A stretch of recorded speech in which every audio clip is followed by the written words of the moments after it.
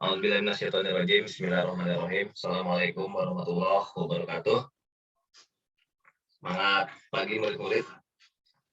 Jumpa lagi dengan Pak Fadli. Insya Allah hari ini kita akan membahas materi mata pelajaran budaya kerja bab 5 KBM 1. Sebelum kita mulai, mari kita berdoa. Mudah-mudahan Allah Subhanahu wa Ta'ala memberikan pertolongan untuk kita. Untuk murid-murid yang beragama non-Islam, silahkan berdoa menurut agama dan kepercayaannya. Bismillahirrahmanirrahim. Al-Fatihah. A'udzubillahiminasyaitonirrajim. Bismillahirrahmanirrahim. Alhamdulillahirabbil alamin.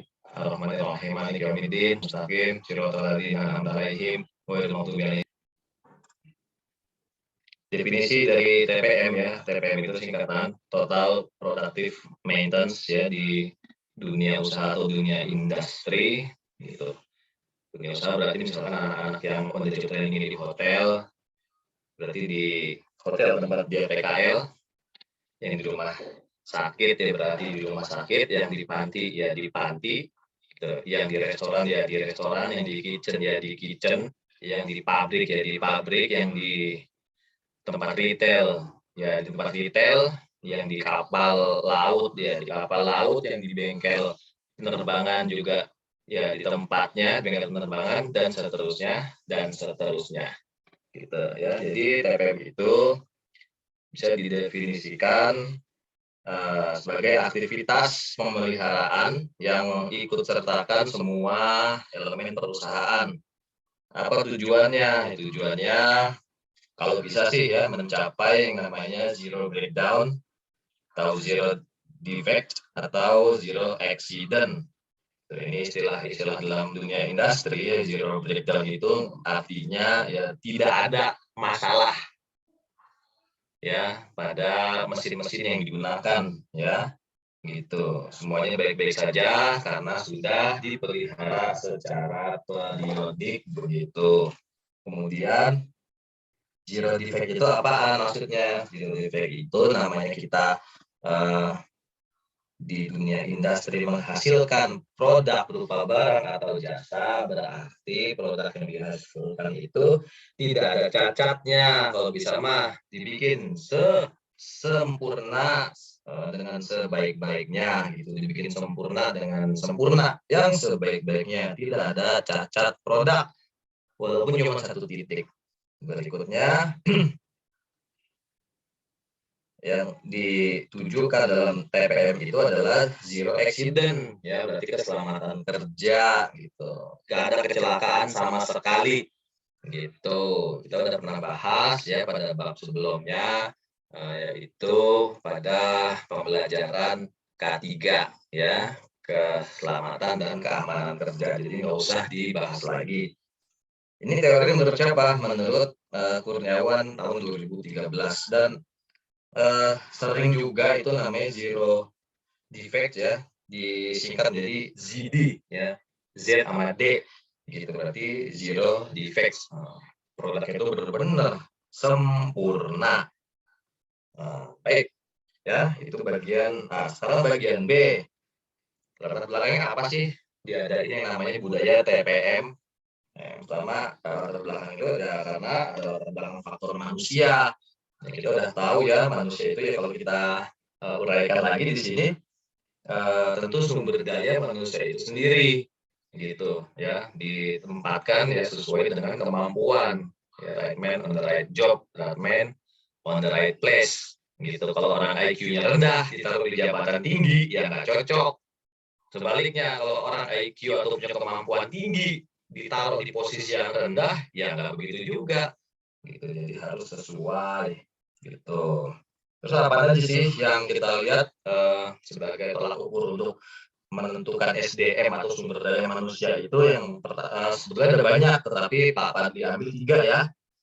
Yang pertama itu ya harus ada yang namanya kepribadian. Sebagaimana Pak Fadli sampaikan ketika kita sedang PTM, kunci dari budaya kerja itu pertama adalah kepribadian gitu ya. Kepribadian beda dengan sikap. Kalau sikap di depannya bisa bersikap baik atau manis, di belakangnya bisa sebaliknya, nauzubillah. Tapi kalau kepribadian, kepada siapapun, dimanapun, walau keadaan bagaimanapun, tetap kepribadian ya kepribadian yang bagus, begitu. Kemudian dari kepribadian ya ada namanya knowledge ya atau pengetahuan. Dari pengetahuan itu naik lagi kalau memang udah tahu teorinya tentu ada praktiknya gitu. Pengetahuan dan keterampilan. Tentu pengetahuan dulu ya, yang dipelajari pengetahuan dulu, baru akan ada yang namanya keterampilan atau keahlian atau skill-nya. Dan yang berikutnya faktor manusia itu yang ketiga ya kekuatan manusia itu sendiri, daya tahan tubuh, ya, kesehatan fisik, ya, dan seterusnya dan seterusnya. Karena itu sangat berpengaruh. Misalkan ada orang yang punya kepribadian bagus, pengetahuan bagus, tapi kekuatannya atau kondisi fisiknya kurang, gitu. Itu kan juga suatu kendala, ya. Makanya kalau bisa mah sesempurna dengan mungkin ya sesempurna mungkin ya sempurna dengan sebaik-baiknya, dibikin sebaik-baik dengan sesungguh-sungguhnya supaya tercapai yang namanya TPM itu tadi. Jika ditinjau dari latar belakang faktor manusia. Berikutnya yang kedua, faktor mesin ini masih bagian B ya, faktor mesin atau faktor peralatan-peralatan gitu. Sebagaimana kita tahu ya mesin kalau di dalam dunia usaha atau dunia industri itu ada beberapa, tapi kalau lagi ringkas aja, yang pertama itu mesin produksi, gitu. Kalau di SMK Grafika atau STM yang memproduksi suatu kendaraan atau benda apapun itu, gitu. Mesin itu ada dua, ya, mesin otomotif dan mesin produksi, gitu. Dan kemudian kalau di tempat-tempat misalkan seperti industri yang menghasilkan produk berupa jasa, ya katakanlah kita ambil contoh mesin pembersih, ya kan, mesin cleaner, gitu. Ada rotary mesin kalau di housekeeping departemen, gitu kan. Terus juga termasuk mesin yang bisa mengkondisikan udara. Kalau kita bilang kan AC. Di tempat kita ini di negeri kita Indonesia itu kan AC-nya itu dingin ya kan 16 Celcius, lain dengan negara-negara yang ada di daerah 4 musim gitu. Kalau mereka sedang musim winter seperti bulan November dan Desember, ya berarti air conditioner itu berupa penghangat ya, gitu. Yang dihasilkan adalah suhu yang hangat begitu. Itu perlu diperhatikan. Kemudian untuk alat-alat ya, misalkan saja kita ambil contoh di boga alat-alat yang udah standar, misalkan dinner knife ya kan, ada dessert knife, dessert fork dan seterusnya, itu juga dijadikan bahan pertimbangan sebagai latar belakang untuk menerapkan yang namanya TPM itu tadi, begitu. Kemudian yang ketiga, latar belakang yang dijadikan bahan pertimbangan untuk pencapaian TPM itu latar belakang faktor lingkungan. Kita sudah pernah bahas ya, apa diulas kembali ya, namanya lingkungan itu berarti segala sesuatu yang ada di luar kita, misalkan alam, ya kan, atau lingkungan masyarakat, gitu. Ya, misalkan ada lingkungan cuaca, suhunya hangat, ekstrim, atau panas dan seterusnya. Nah, itu juga perlu dan mesti dijadiin bahan pertimbangan sebagai faktor yang melatar belakangi diwujudkannya TPM itu tadi. Kemudian bagian C, batasannya TPM itu apa aja sih? Yang pertama ya, harus membangun kerjasama. Yang paling mendasar ya kerjasama tentu timnya dulu, gitu. Harus bisa kerjasama tim. Kalau satu tim aja nggak bisa kerjasama, ya nggak mungkin bisa terwujud yang namanya TPM, gitu. Makanya kita harus punya kesadaran sesadar-sadarnya bahwa kita butuh orang lain, sebagaimana orang lain juga butuh kita. Kan udah disampaikan oleh Pak Pandi, gitu. Kalau itu udah tercapai, tim kita udah solid, nah jangan lupa departemen lain juga harus diajak membangun kerjasama, gitu ya, front office dengan engineering, housekeeping dengan food and beverage, gitu, departemen security dengan departemen sales and marketing dan seterusnya begitu. Kalau itu udah terwujud ya bukan nggak mungkin, misalkan itu perusahaan adalah perusahaan besar ya antar anak perusahaan. Contohnya aja nih, misalkan ada perusahaan kertas umpamanya. Ini perusahaan A memproduksi tisu, perusahaan B memproduksi buku, perusahaan C memproduksi kertas HPS umpamanya. Ya bisa-bisa aja diadain kerjasama yang namanya masih satu owner kan, gitu supaya terwujud yang namanya TPM itu tadi. Kemudian yang kedua diadain pendekatan lapangan ya, pendekatan lapangan itu ya seperti yang kita tahu lapangan di sini bukan lapangan bola ya kan, bukan lapangan voli, lapangan olahraga bukan, maksudnya itu lapangan saat sedang beroperasi atau saat sedang operasional gitu. Udah kita bahas ya pada saat materi K3 ya sebelumnya. Kemudian yang ketiga mengadakan motivasi. Motivasi itu apa aja?